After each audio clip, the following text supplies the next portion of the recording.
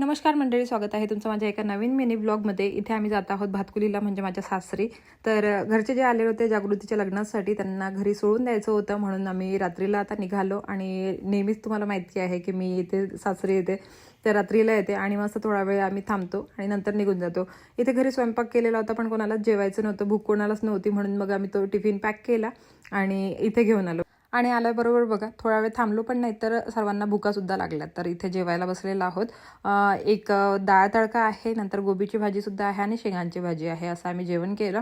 आणि आता थोडा वेळ थांबलो, गप्पा गोष्टी केल्या, नंतर निघायचं होतं। तर माझ्या लक्षात आलं की हा जर बेड आपण एकदम चिपकून लावला, 2 बेड असं चिपकून लावले तर मोठा बेड होईल।